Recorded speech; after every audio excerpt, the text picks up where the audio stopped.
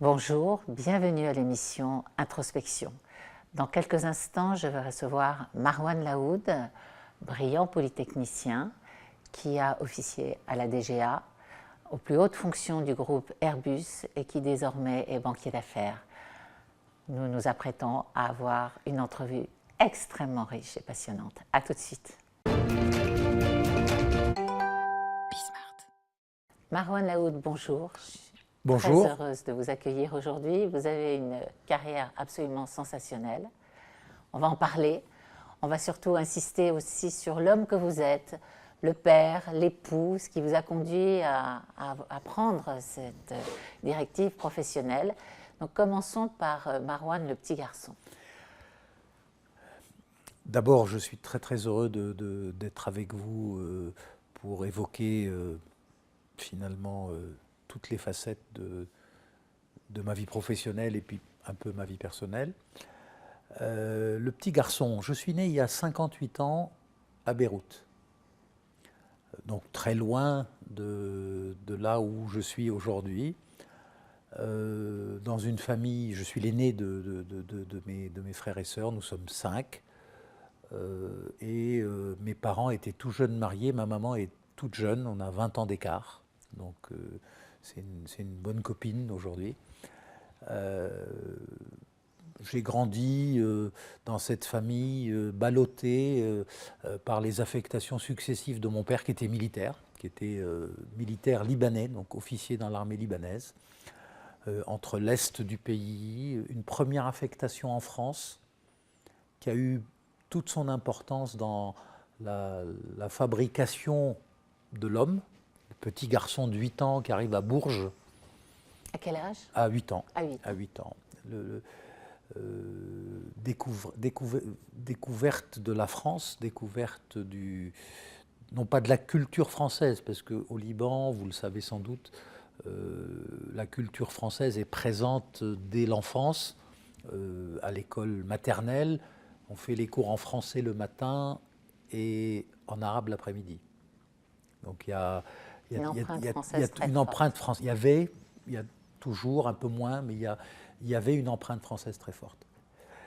Et le premier moment de l'enfance, ou plus exactement la sortie de l'enfance, c'est quand à l'âge de 12 ans, les parachutistes français qui sont dans la FINUL, donc la force d'intervention des Nations Unies au Liban, le colonel Kahn, François Kahn, à qui je pense qui est un deuxième papa pour moi, passe voir mes parents, dit pourquoi il n'est pas à l'école, parce qu'il n'y a pas d'école. Je l'emmène. Et mes parents, en bon libanais, un libanais ne sait pas dire non, disent et donc 2 jours après, il y avait une voiture qui m'embarquait. Et c'est comme ça que... Et je suis parti de chez mes parents. J'étais interne à Castres et j'allais retrouver non pas la famille Kahn, puisque le colonel à l'époque Kahn était toujours au Liban, mais j'allais retrouver son épouse, dont les 3 filles étaient internes à la Légion d'honneur, donc qui ne rentraient pas le week-end. Et encore aujourd'hui, mes sœurs Kahn me disent: tu ne mesures pas ta chance, toi tu voyais maman tous les week-ends et pas nous. C'est incroyable, hein, cette destinée. Et ça m'a sorti de... C'est le moment où je quitte l'enfance. Ben oui, parce que vous êtes arraché à vos parents et puis vous vous retrouvez... Je quitte le nid. Cette expérience a été fondatrice pour moi. J'imagine. Et quelques mots encore sur l'enfance. Dès tout petit, un papa très, bien que militaire, mais très ingénieur. Donc les premières devinettes, c'est des devinettes de baignoire. On ouvre le robinet, on ferme le robinet, il y a 2 robinets, il y a... Bon. Oui, construction. Et un grand-père maternel qui, lui, très historien. Donc, alors il avait perdu la vue et il adorait, quand j'étais chez mes grands-parents, viens, prends tel bouquin, ouvre-le page faisiez la lecture. 212 et fais-moi la lecture. Et c'était de l'histoire, et principalement de l'histoire de France, le mythe napoléonien. Donc j'ai été façonné par ça depuis ma plus tendre enfance. Alors une facilité pour les maths? Je suis convaincu que nous avons tous une facilité pour les maths. Ce qui nous manque, c'est une rencontre. C'est rencontrer quelqu'un qui nous fait aimer les maths. Un professeur, par exemple? Un professeur, un parent, un voisin, un frère, une cousine. Et j'ai eu la chance j'ai commencé par mon père, rencontrer plus tard un professeur au lycée qui m'a fait aimer les maths. Autour de moi, des cousins, des cousines qui étaient assez matheux, sans être exceptionnels, juste faire aimer. Je crois qu'on ne réussit pas si on n'aime pas. Ah, c'est clair. Et vous aviez une vocation? Vous saviez, vous vouliez, dans vos rêves les plus fous, être... Pas du tout. Vous saviez que vous aviez cette ambition en vous? Pas du tout. Pas du tout. Cette capacité à diriger un grand groupe? J'avais toujours été poussé par l'esprit de compétition, que ce soit... Donc il y avait cet esprit. Voilà, être premier de la classe.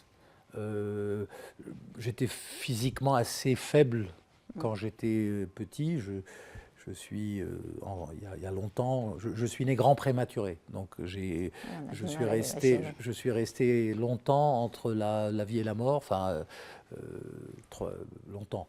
3 semaines de couveuse à l'époque, c'était très... On dit que les prématurés, lorsqu'ils s'en sortent, après, sont invincibles. Je n'en sais rien. Toujours est-il que j'étais bon en classe, très bon en classe même, mais physiquement faible. Et donc mes parents m'ont dit non, il faut corriger aussi cet aspect-là. Et en fait, c'est à Castres que j'ai découvert le rugby. Ah, passion. Et le rugby m'a transfiguré sur le plan physique. À la maison, avec les parents, je montais déjà à cheval. C'est mes 2 passions, le rugby, l'équitation. J'ai eu la chance de faire du rugby à assez bon niveau et je continue de faire de l'équitation à plutôt très bon niveau. Donc, parce que nous avions Laurent Collet-Billon comme invité il n'y a pas si longtemps, et comme vous, il est dans la défense, comme vous le savez, c'est votre ami, comme vous, c'est un rugbyman, et dans ces carrières finalement stressantes, même si vous êtes assez fort par rapport au stress, on va en parler tout à l'heure, le sport a une part prépondérante. Le sport a une part essentielle dans 2 directions, qui sont deux directions opposées. Le sport comme évacuateur de stress, comme apprentissage de la gestion de la pression. Hein? Et puis d'un autre côté, le sport comme moteur de dépassement de soi. Comment on fait pour aller au-delà de ce qu'on sait faire, de ce dont on est convaincu qu'on est capable de produire. Alors ça fait une formidable passerelle pour le sujet suivant, puisqu'on va parler cette fois de votre carrière. Et quelle carrière? À tout de suite. Marwan, vous avez un parcours tellement riche et on a 8 minutes pour en parler, donc on va aller à l'essentiel. La DGA, Airbus, aujourd'hui les fonds d'investissement. Comment tout ça est arrivé? Toujours, non pas par hasard, mais en me laissant porter, sans plan. C'est une erreur de penser qu'il y a un plan. Déjà, l'école polytechnique, je découvre l'existence de l'école polytechnique grâce à Isabelle Adjani. Ah, c'est pas banal. Je regarde un film avec Montand et Adjani qui s'appelle Tout feu, tout flamme. Oui, et le film, je me souviens. Le film commence par Adjani défilant comme major de Polytechnique porte-drapeau. Je demande à mes parents, ça existe toujours? Mais oui, ça existe. Qu'est-ce qu'il faut faire pour faire ça? Maths sup, maths spé. Je ne connaissais pas le système. Je suis à Beyrouth à ce moment-là. Ouais. Donc, maths sup, maths spé, admis à Polytechnique. La deuxième rencontre, c'est je pars faire la fête à Aix-en-Provence avec mes camarades et on voit voler le Rafale A pour la première fois. Donc ce bel avion, ce bel oiseau bleu, blanc, rouge, pour la première fois, qui fait des évolutions dans le ciel de Istres. Et là, je dis, je veux faire ça. Je veux faire ça. Donc, DGA, je passe quelques détails parce que ce n'était pas évident pour un élève libanais, donc un élève étranger à Polytechnique. J'ai repassé des concours, enfin, donc je passe les détails. J'arrive à la DGA le 1er septembre 89 au centre d'essai des Landes pour essayer des missiles, et en particulier les missiles de la force de dissuasion. C'est là où je tombe dans ce qui est la pointe de diamant de la défense française, c'est-à-dire la dissuasion nucléaire. C'est là où je rencontre, vous m'avez parlé de Laurent Collet-Billon à l'instant, c'est là où, pour la première fois, un tout petit peu après, en 90, la rencontre avec Laurent et d'autres. Est-ce qu'on pourrait imaginer qu'il faut déjà avoir eu un parcours pour entrer à la DGA? Alors que là, c'est votre première fonction. Vous êtes jeune encore. Je rentre, sur des sujets extrêmement... Je rentre comme jeune ingénieur à la DGA. Oui, mais bon... C'est la beauté, c'est la force du système français, du système de la fonction publique, la haute fonction publique française, c'est de recruter à la fois des jeunes et des plus vieux, et de former. Il ne s'agit pas seulement de recruter, il faut toujours former, il faut toujours transmettre. Ça, c'est une des leçons que je retiens de cette époque-là. Pourquoi vous les quittez alors? Alors, j'ai fait un parcours complet. C'est-à-dire, j'ai été à la DGA, d'abord en centre d'essai, toucher du doigt, apprendre vraiment comment ça fonctionne, un travail d'ingénieur. Ensuite, je bascule en administration centrale, comme on dit, où là, je fais plus du politico-militaire, je m'initie à la géopolitique. Je rejoins le cabinet du ministre de la Défense à un moment où, comme conseiller industriel, à un moment où tout est en train de changer. C'est le passage à l'armée professionnelle, la réduction de format des armées, la privatisation de l'industrie de défense. Donc, toutes ces expériences uniques que j'ai la chance c'est très prétentieux de dire être à la manœuvre. On n'est pas à la manœuvre, on participe, c'est un travail collectif. Et puis une fois que j'ai fait ce parcours très très vite, en réalité, entre 89 et 97, le retour à la DGA est très difficile parce qu'il n'y a pas de possibilité, il n'y a pas de poste disponible, il faut attendre. Et c'est à ce moment-là que François Roussely, qui était le directeur du cabinet du ministre qui a succédé à mon patron au ministère de la Défense, moi j'ai travaillé avec Charles Millon et François Roussely dirigeait le cabinet d'Alain Richard.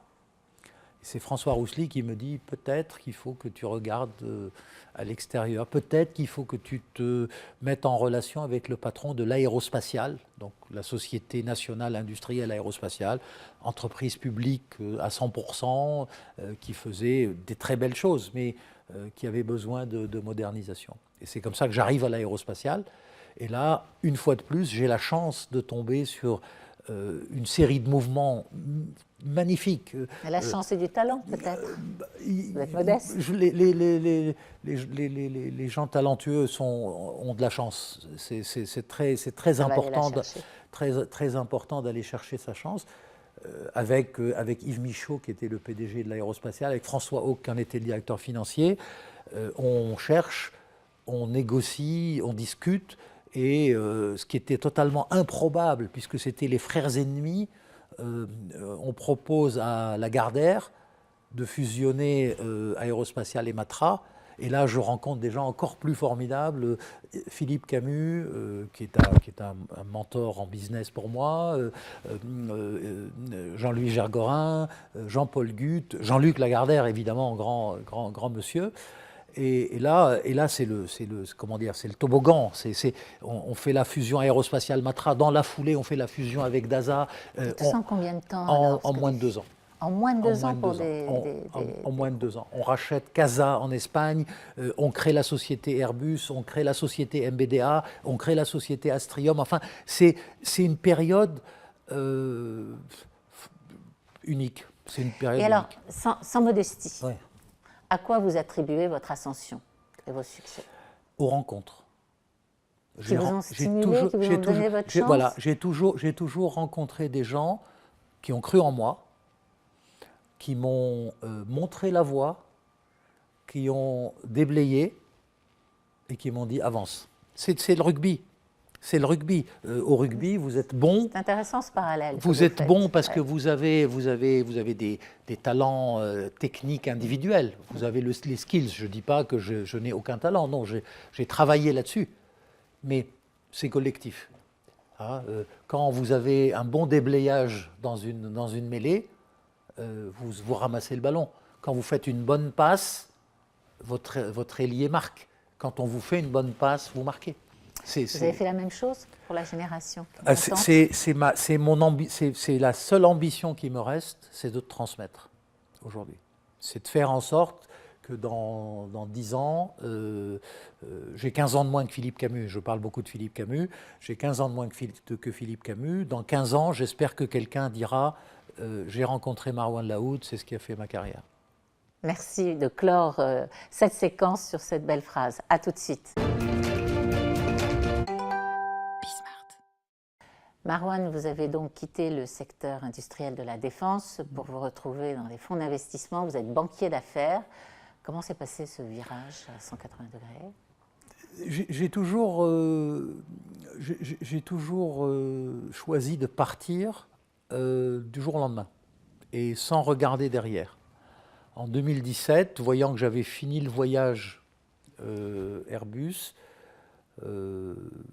j'ai décidé de reprendre ma liberté et de me lancer dans le conseil et l'investissement. Le hasard des rencontres fait que j'ai rencontré Tikeo, Antoine Flammarion, le fondateur, Mathieu Chabran, personnalité exceptionnelle, réussite formidable.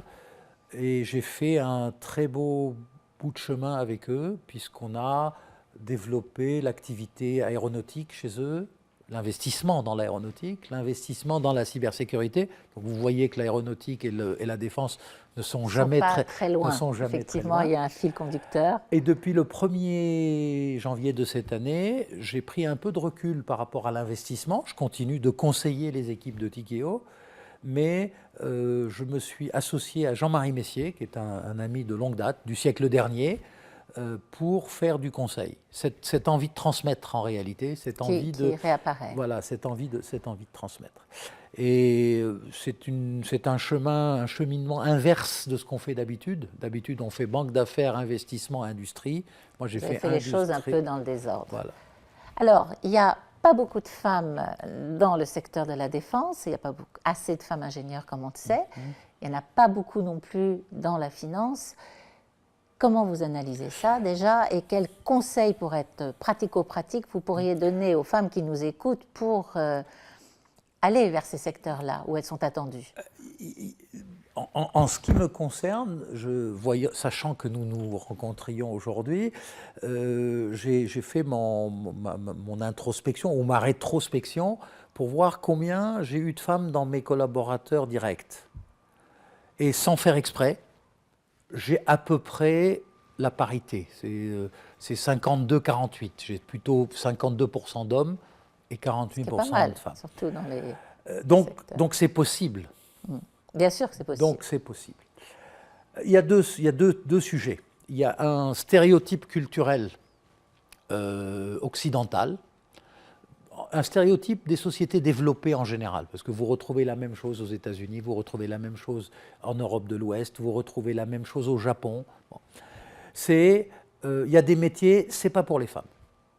Les métiers durs, les métiers rigoureux, les métiers stressants, c'est un stéréotype culturel. Il suffit d'aller dans d'autres géographies pour voir l'inverse. Vous parlez de la Turquie. La Turquie, le monde musulman, arabo-musulman, la première femme médaillée Fields au monde. Médaillée Fields, c'est le prix Nobel de maths. C'est la regrettée parce qu'elle est morte d'un cancer très peu de temps après, Myriam Mirzakhani, donc qui est iranienne, formée à l'université de Téhéran. L'Iran n'est pas connu pour être un paradis pour les femmes. Une façon pour elle d'émerger, peut-être. C'est une façon pour elle de s'émanciper. Donc c'est un stéréotype. Et quand il s'agit de stéréotype, il faut le combattre, le dénoncer, en démontrer l'absurdité. Et c'est une mission qui n'est pas seulement une mission féminine. La cause féminine progressera quand il y aura plus d'hommes qui pousseront pour la parité que de Douce femmes. musique à mes oreilles, parce Voilà. que j'en suis convaincue. Mais est-ce que les managers n'ont pas un rôle à jouer? Parce que... C'est évident que c'est là que ça se passe. Mais moi, je voudrais parler de ce que doivent faire les femmes. Dites-nous. Chaque fois que j'ai l'occasion d'évoquer le sujet, y compris dans des entretiens individuels avec des collaboratrices, ma première phrase pour elles, c'est « Mesdames, il faut oser ». Bien sûr. J'ai constaté au cours de ma carrière que quand vous ouvrez un poste, une femme n'ose pas se porter candidate si elle n'a pas l'assurance d'avoir 120% de ce qui est requis. C'est tellement vrai. Un homme, au-dessus de 50%, il pense que ça se tente. Mais il a raison. Et des fois même, c'est moins de 50%, mais il est convaincu qu'il a plus de 50%. Donc, c'est avant tout, il y a tout le reste, hein, ça ne remplace pas tout ce qu'on a dit à côté. Mais le travail que les femmes doivent faire sur elles-mêmes, c'est d'oser, c'est de dire, bon, ok, je peux le faire, il me manque ça, mais c'est pas grave, je peux le faire, parce que je peux acquérir les compétences requises. C'est un conseil très important que vous êtes en train de donner là. Alors un dernier mot, parce qu'on arrive à la fin de cette émission, le papa que vous êtes, l'époux que vous êtes. Alors, mon épouse, Alix, elle joue un rôle très important dans ma vie, ça va sans dire, mais bien plus important, y compris pour le professionnel. Je n'ai jamais fait un choix professionnel sans lui en parler, sans lui demander son avis. La plupart du temps, elle me dit « si tu le sens comme ça, c'est bien ». Mais c'est mon encre, c'est là où je me sens bien, je me sens... Votre havre de paix le soir que vous On a parlé de retrouvez. stress tout à l'heure, sous tension, sous pression, je suis très calme. Mais en fait, je ne suis vraiment reposé qu'avec elle. Nous avons un garçon qui a 33 ans, qui est marié, qui a une vie professionnelle à côté, Victor. Et Victor, c'est un pote. On est très proches. Vous lui avez laissé la liberté de faire la carrière qu'il voulait. Tout ce que j'ai fait, c'était pour lui transmettre, mais surtout pour lui donner plus de choix.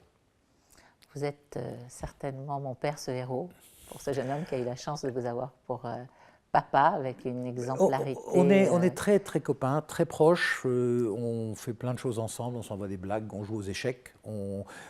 Quand il a des soucis, il sait qu'il peut me trouver. Et en même temps, je ne suis pas un papa intrusif. Vous respectez. C'est lui, c'est lui, et il est formidable. Bon, un dernier conseil aux hommes cette fois, par rapport à la montée des femmes dans les instances de direction. C'est notre intérêt. C'est l'intérêt de l'humanité, c'est l'intérêt des hommes. Ce n'est pas une question de genre, d'égalité, de lutte. On ne peut pas se passer de la moitié de l'humanité pour faire avancer l'humanité. Les femmes, c'est la moitié de l'humanité. Les points de vue sont différents. On n'est pas pareil. Mais justement, c'est là qu'est toute la richesse. Merci d'être aussi sincère sur votre rôle de papa. Je vois en vous donc un homme d'affaires, un papa attentionné, un époux merveilleux, un humaniste, on va dire. Quelle est la part de spiritualité qui est en vous ? Je suis né et j'ai grandi dans une famille très chrétienne. Donc, je ne croyais pas vraiment en Dieu. Même dans une famille très par chrétienne. Réaction, ouais. Mais je suivais les rites. Et en arrivant en classe préparatoire, j'ai fait une rencontre, une de plus, j'ai rencontré un très vieux père jésuite, il devait avoir 90 ans, j'en avais 16, donc vous voyez la différence d'âge, qui était astronome à l'observatoire de Meudon. Et astronome à l'observatoire de Meudon, il m'a donné un cours de physique. Un cours de physique très, très pointu pour l'époque, on est en 82, donc ce qu'on appelle le modèle standard en physique, qui modélise la nature, le cosmos. Bon. Et il arrive à un moment, il dit, à partir de là, je ne sais pas. À partir de là, je ne sais pas. Et c'est la part de divin dans ma connaissance du monde. Ça n'arrête pas ma connaissance du monde, il faut que j'en sache plus, mais il restera toujours une part d'inconnu. Et cette part de divin, c'est ce qui fait qu'on n'est pas des machines. Oui. C'est ce qui fait qu'on n'est pas des machines. Du coup, je suis devenu réellement, profondément chrétien, et peut-être un peu moins religieux. Ah oui, parce que alors c'est de plus en plus courant, mais il est rare de voir des scientifiques purs et durs imaginer quelconque forme de spiritualité, puisque tout doit s'expliquer, et que comme on ne l'explique pas, ce divin. On oppose souvent la part de divin et le rationnel scientifique. La réalité, c'est qu'ils se complètent. Ils se complètent. Il y a un moment, ma capacité d'explication s'arrête. Et pourtant, ça existe. Il faut avoir l'humilité de reconnaître qu'on ne sait finalement pas grand-chose. Voilà. Ça sera le mot de la fin. Merci beaucoup pour cet entretien très riche et très sincère. À bientôt, j'espère. Merci. Ainsi s'achève cette émission Introspection. J'aurai le plaisir de vous retrouver dans quelques semaines avec une invitée de marque dont je tais toujours le nom pour faire durer le suspense. À bientôt.